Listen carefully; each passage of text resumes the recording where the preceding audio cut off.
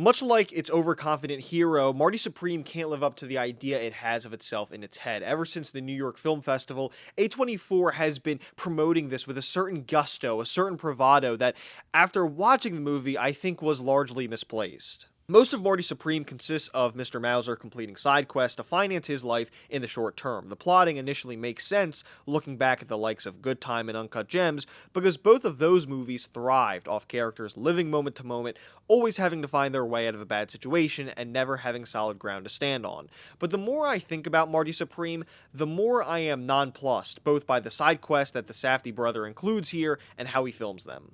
Mauser's calling card is his aspirations. He believes at any moment he is going to catapult into greatness, and he has that belief because of his genuine table tennis skill. Having Mauser bounce around New York for so much of the movie, A, makes it very hard to see how badly Mauser wants it, for lack of a better term, and B, makes it hard to believe in his passion for the sport. I was constantly reminded of Whiplash watching this because of how much better suited that plot is to convey Andrew's dreams. Even when Andrew is not in a room with an instrument, the scenes are still about how badly he wants to be great. Every scene is in service of fleshing out this fixation he has to be the best, while Supreme carves out plenty of time for sequences that don't do a lot of work towards developing Mauser's psychology. Moreover, there's not that much table tennis to be found in the middle, raising questions about Mauser's balance of hard work versus natural skill, which must be godlike given how little he practices and how well he performs, and his commitment to the sport. He spends all this time on errands, but doesn't have this natural itch to practice, which doesn't make a lot of sense given how he talks about table tennis at the start of the film. I think the plotting totally works against the tagline of Dream Big. Marty doesn't resonate with me as a dreamer who's always thinking about that fateful rematch. He's a dirtbag trying to get by, and I think that really defeats the chance for Marty himself to have any interiority as a character and for the film to be a success in my book.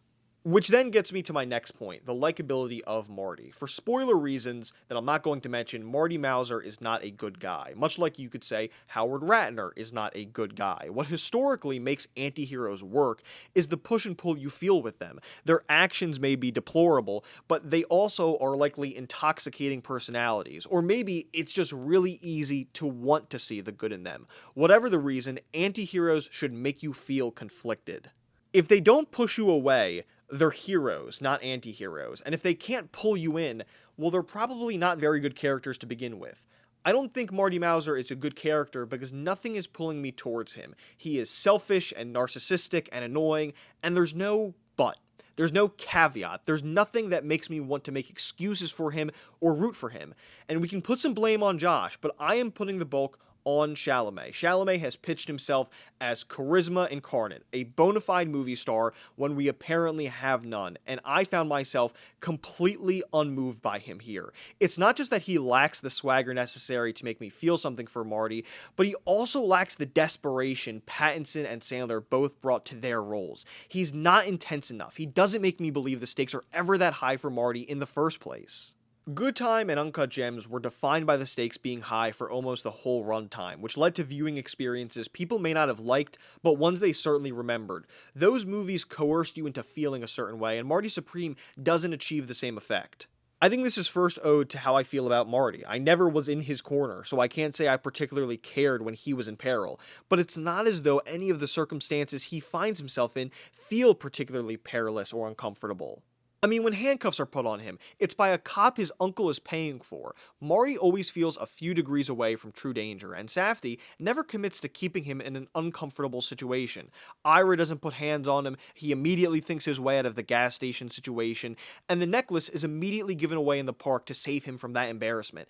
It's ironic that one half of the team behind Good Time and Uncut Gems of all movies is so hesitant to make you sit in a state of anxiety in his latest movie. And the verve behind those movies is sorely lacking here too.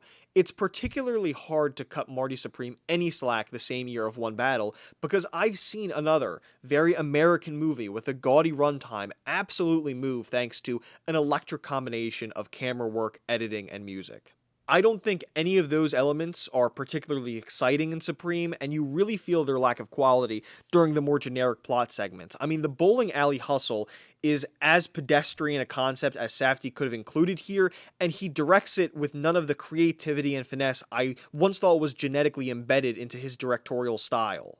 And there are some sequences, like the second dog raid, that feel like they're straight up aped from another movie. One shot in particular is a cue stolen from multiple recent horror movies, and is doubly bad in my eyes because it gives away how the rest of the sequence is about to play out. Sure, there is screaming in Marty Supreme, there is violence, but it never felt as though I was personally part of the frenzy that I was watching, which again, barely feels dramatic enough to be called a frenzy in the first place. And the moment where it does feel rather dramatic, well, it's unclear whether Marty killed 6 people, and the film never doubles back to clarify, which I'm gonna say feels like an oversight. By the time we get to Supreme's ending, I remained impressed by Chalamet's training and the filming of the ping pong match itself, but had no will to see him get this moral victory. 1.5 hours beforehand, I couldn't have felt more differently. I was fully invested in him winning the London tournament and also scoring personal victories outside of the tournament venue. But what happens between his first match with Endo and his last just ate away at both my investment in Marty and my appreciation for the movie itself. Supreme needed more of what this sequence had. Ping pong, laugh out loud moments from Marty that endeared me to him, presentation flair, like when Kay enters the royal suite. And what we get instead is a series of misadventures that are overlong, leave Marty feeling one-dimensional, and even brought me to sleep at one point. Is it tragic that Supreme isn't good? No, this was too good of a movie year to be up in arms that this wasn't everything I hoped it would be and more, but I will say this is by no means the shiny bow to be wrapped on the gift to movies that was 2025. This is another movie, not an event that marks the true arrival of a new star.